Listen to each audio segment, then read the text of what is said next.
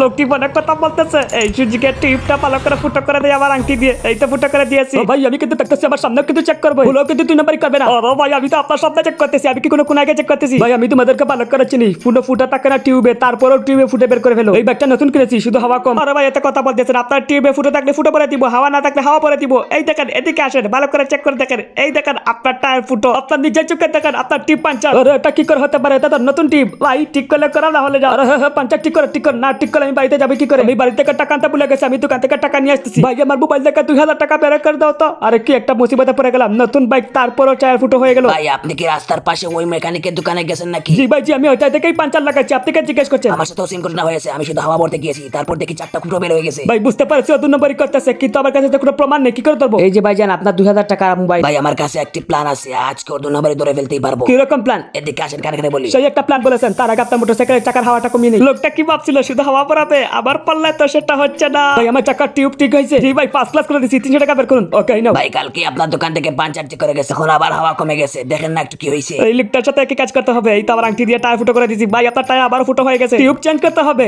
না বেটা না, তোর রিংটা চেঞ্জ করতে হবে।